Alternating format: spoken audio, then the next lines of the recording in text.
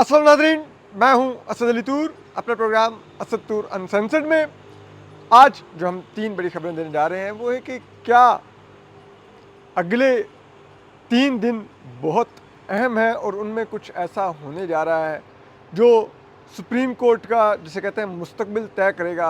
ज़रा इस पर आपको बताएंगे कुछ, और इसके अलावा हम आपको बताएंगे कि अब जो 3 छुट्टियां आ गई हैं सुप्रीम कोर्ट में, इसमें कौन से जजेस काम कर रहे हैं और कौन से क्यों नहीं कर रहे, और जो तर्जमान हैं पीआरओ साहब वो क्या कह रहे हैं, ये बड़ा ही दिलचस्प है।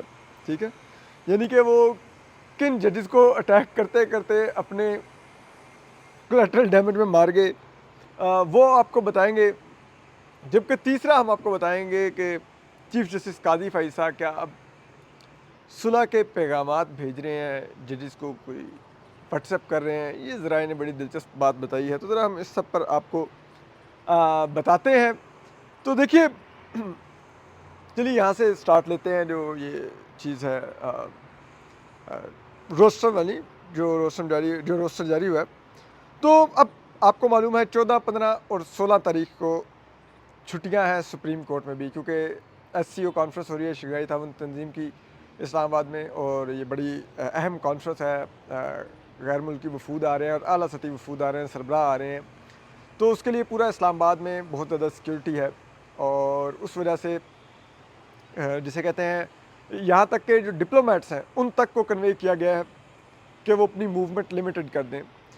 और ज़रा ये बता रहे हैं कि इन 3 दिन इस्लामाबाद में मोबाइल सिग्नल भी नहीं होंगे और इंटरनेट सर्विस भी, जिसे कहते हैं मोबाइल नहीं होगा तो फिर इंटरनेट भी नहीं उन पर चल रहा होगा, डाटा नहीं होगा, तो ये सब कुछ बंद होने का भी डिसीजन लिया गया है। और ज़रा बता रहे हैं कि खैर ये तो ऑफिशियली भी है कि इस्लामाबाद के तमाम शादी हाल, तमाम जिसे कहते हैं बड़े मॉल्स और ये सब कुछ बंद कर दिया गया है अगले 3 जिसे कहते हैं ना 14 से लेकर 16 तारीख तक इन सबको, बल्कि कई जगह पे तो 12 से लेकर 17 तक का सबको किया गया है, ताकि इस्लामाबाद शहर में रश ना हो। और लोगों को एक लॉन्ग वीकेंड मिल रहा है, लोग अमूमन अपने घरों को जा रहे हैं, तो उससे इस्लामाबाद में वैसे भी ज़रा रश कम हो जाएगा, तो सिक्योरिटी भी करने में इट मेक सेंस। जो इस वक्त मुल्क के नाजुक सिक्योरिटी हालात हैं, जिस तरह से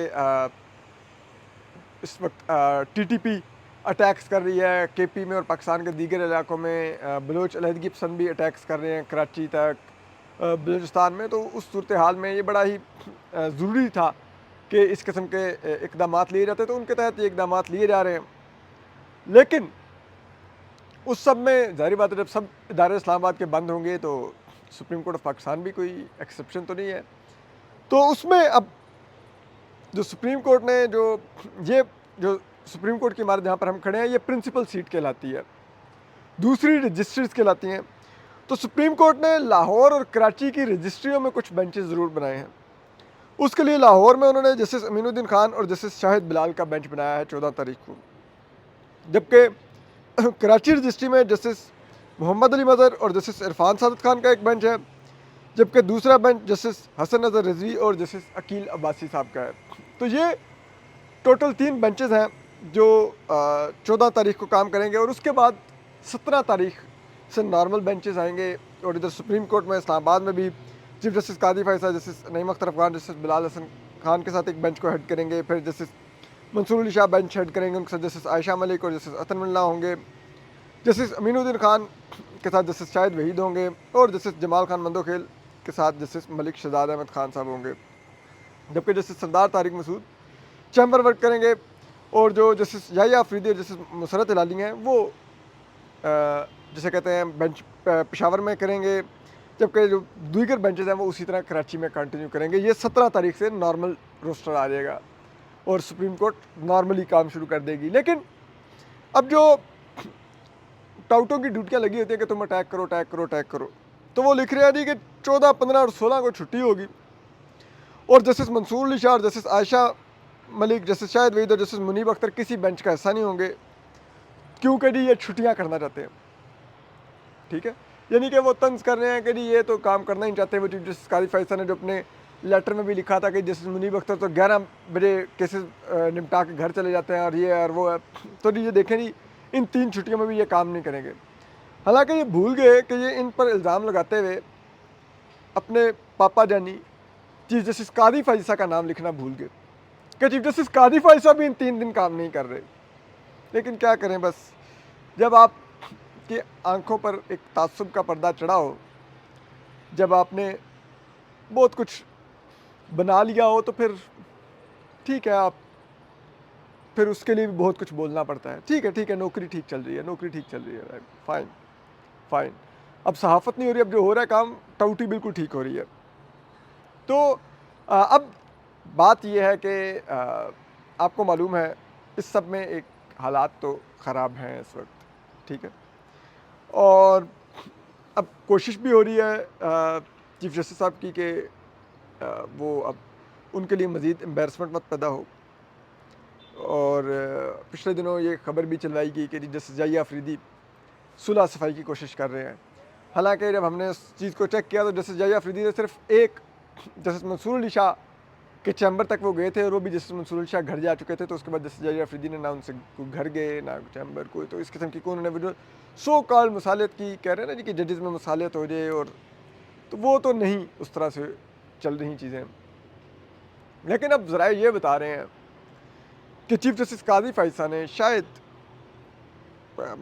ज़रा बता रहे हैं कि उन्होंने व्हाट्सएप किए हैं कुछ जजेस को, और उनको उन्होंने कहा है कि हम दोबारा दोस्त बन सकते हैं, और छोड़िए जो हो गया। तो ज़रा ये बताते हैं कि उन जजेस की तरफ से कोई रिस्पांस नहीं आया उसका। तो अब फिर ज़ाहिर बात है, अब ये देखने वाला बड़ा दिलचस्प होगा कि जब चीफ जस्टिस कादी फाइसा का फुल कोर्ट होगा और जो उनको इशाया दिया जाएगा उसमें कितने जजेस शरीक होंगे, और कितने जजेस उनको उनका जो आखिरी डिनर है उस पर आएंगे। क्योंकि मुख्तलिफ लाइक सुप्रीम कोर्ट बार अलहदा डिनर होस्ट करती है पाकिस्तान बार कौंसिल के साथ मिलकर, फिर एक सुप्रीम कोर्ट के रजिस्ट्रार की तरफ से एक अलहदा तमाम जजेस को डिनर दिया जाता है जिसमें उनकी फैमिलीज़ भी होती हैं।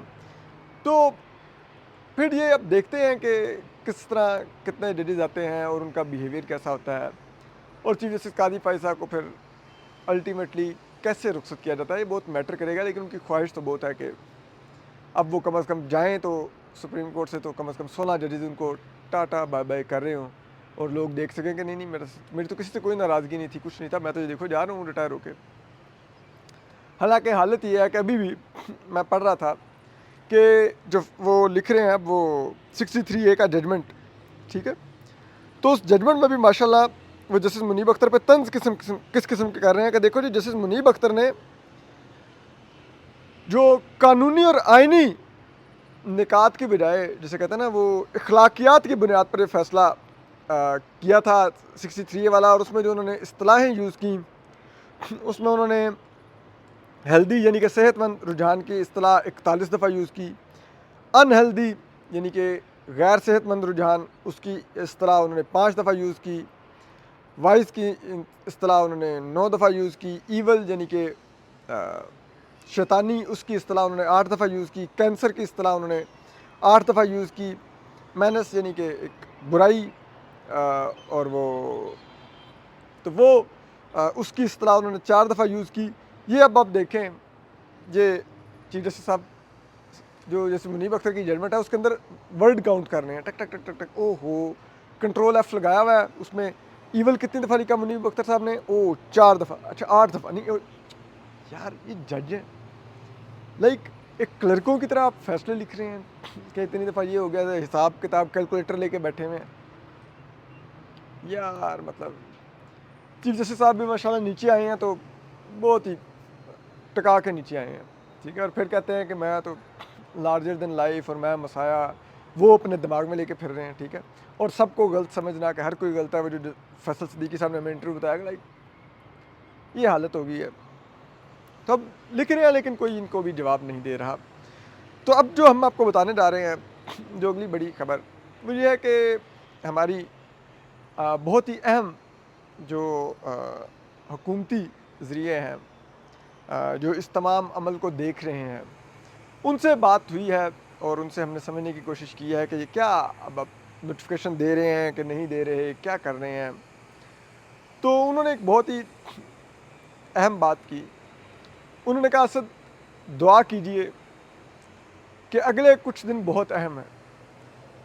ये दिन अगर निमट गए तो मामला अब बढ़ रहा है उस तरफ कि जहाँ पर एक स्मूथ ट्रांजिशन हो जाएगी, यानी कि चीफ जस्टिस काजी फाइसा से आगे जस्टिस मंसूर अली शाह को मुंतकिल हो जाएगा इक़्तिदार। तो मैंने उनसे पूछा कि अगले कितने दिन अहम हैं, तो उन्होंने कहा कि अगले 3 दिन बहुत अहम हैं। तो मैंने उनसे पूछा कि अगले 3 दिन क्यों अहम है, किस वजह से? उन्होंने कहा, बस आप सुप्रीम कोर्ट के अंदर नज़र रखिए। तो यानी कि उन्होंने इमारत की तरफ यूँ इशारा किया। उन्होंने कहा, बस ये है, आप बस थोड़ा देख लीजिए, बहुत अहम दिन है। अब इस सब से आप समझ सकते हैं कि क्या चीज़ अहमियत रखती है। यानी कि अभी भी चीफ जस्टिस काजी फाइसा कोशिश कर रहे हैं कि किसी तरह से उनको एक्सटेंशन मिल जाए, ठीक है, या वो कॉन्स्टिट्यूशनल कोर्ट बन जाए और वहाँ पर वो चले जाएं, कुछ ना कुछ वो लेके जाएं। वो खाली हाथ नहीं जाना चाह रहे। मतलब पेंशन तो बहुत बड़ी लेके जा रहे हैं, 10-15 लाख की पेंशन और रात वो लेके जाएंगे माहाना की, बाद रिटायरमेंट भी, लेकिन शायद उससे भी उनकी ख्वाहिशात नहीं भर रही। वो चाहते हैं अभी कुछ और इस कौम की खिदमत करें, इस कौम का और हशर नशर करें, इस आइनी निज़ाम का, आइनी ढांचे का मज़ीद हशर नशर करें, ठीक है, विल ऑफ द पीपल को मज़ीद हशर नशर करें, जमहूरियत का मज़ीद हशर नशर करें, अपने इदारे अदलिया का मज़ीद हशर नशर करें। तो वो उनका शायद अभी बाकी है थोड़ा, तो वो चाह रहे हैं कि करिए देखें। तो अब हमने सोचा कि अगले 3 दिन क्या ऐसा हो सकता है, छुट्टियां भी आ रही हैं, सब कुछ है। तो वो ये लगता है कि जो अब मामलात, कल बिलावल भुट्टो साहब की भी मुलाकात हुई मियां नवाज शरीफ साहब से, और वहाँ पर भी बड़ी अहम गुफ्तगू हुई, और वो यही इसी आइनी तरमीम के मतलब हुई, वफाकी आइनी अदालत के क़याम के मतलब हुई, जस्टिस मंसूर अली शाह के बारे में हुई, और चीफ जस्टिस काजी फाइसा के बारे में हुई। तो ये सब चीज़ें वहाँ पर डिस्कस हुई, बातचीत हुई।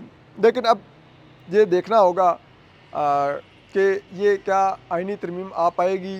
मुकाबला सख्त हो गया है, लेकिन कुछ ज़राए, ज़िम्मेदार ज़राए ये दावा कर रहे हैं कि मोस्ट लाइकली 18 या 19 तारीख को, वरना 22 तारीख को इस माह की, यानी कि अक्टूबर की, मोस्ट लाइकली ये आइनी तरमीम टेबल होने जा रही है। उसके लिए एक फ़ाइनल पुश आएगा। मौलाना से बातचीत जारी है, अभी तक मुसवदा नहीं एक्सचेंज हुआ। मौलाना भी अपने पत्ते सीने से लगाए बैठे हैं और वो इंजॉय कर रहे हैं सबकी बेताबी। मीडिया अलहदा वेट कर रहा है कि कब मौलाना मुसवदा जारी करते हैं। हुकूमत अलहदा, जैसे कहते हैं, दम साधे बैठी है कि मौलाना हुकूमत के गले लगते हैं कि नहीं। तो बड़ी ही दिलचस्प सूरत हाल है, और यही पार्लिमानी जमहूरियत की खूबसूरती है कि वो मौलाना फजल रहमान साहब, जिनकी कौमी असम्बली में 8 नशस्तें हैं, जिनको जब ये इलेक्शन हुए 8 फरवरी के बाद, तो जब सियासी जमातों ने एक कोलिशन गवर्नमेंट बनाने का फ़ैसला किया, नून लीग, पीपल्स पार्टी और दीगर जमातों ने, तो इन्होंने मौलाना साहब को मुलाकात की दावत तक नहीं दी थी कि आप मिलने आइए। और अब मौलाना फजल रहमान साहब के पीछे नमाज़ें पढ़ रहे हैं, ठीक है। पीटीआई जो मौलाना फजल रहमान साहब को डीजल डीजल डीजल कहती थी, अब वही पीटीआई भी मौलाना फजल रहमान साहब के पीछे नमाज़ें पढ़ रही है। तो पार्लिमानी जमहूरियत में आप अगर अकलौते मेंबर भी हैं कौमी असम्बली में, आपका इम्पेक्ट होता है। लाइक जब इमरान खान साहब को वोट ऑफ नो कॉन्फिडेंस से हटाना था, तो अली वज़ीर साहब को जेल से निकाल के लाए, ठीक है, क्योंकि एक वोट भी बड़ा मैटर कर रहा था उस वक्त। तो अली वज़ीर साहब की भी उस वक्त अहमियत होगी।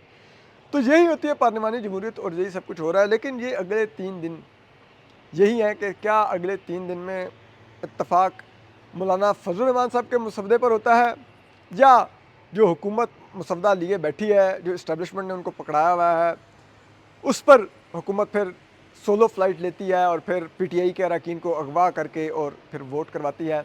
लेकिन ये सब कुछ करने के लिए बहुत ज़्यादा मेस क्रिएट होगा, बहुत ज़्यादा बदमज़गी होगी, बहुत ज़्यादा ऐसे ऑप्टिक्स बनेंगे कि आपने एक आइनी तरमीम चोरी शुदा वोटों से की, और एक गैर आइनी इकदाम किया आपने, एक जैसे कहते हैं ना, आइन से मुतसादिम शिकों वाली आपने एक आइनी तरमीम की, तो वो फिर ज़ाहिर बात है हर जगह पे बातें होंगी, तो क्या ये सब कुछ ये हुकूमत अफोर्ड करेगी? अगर कर सकती है तो फिर ज़ाहिर बात है जाएँ फिर, देख लेते हैं फिर क्या होता है। हम बहरहाल आपको अपडेट करते रहेंगे। अपना ख़्याल रखिए। अल्लाह हाफ़िज़।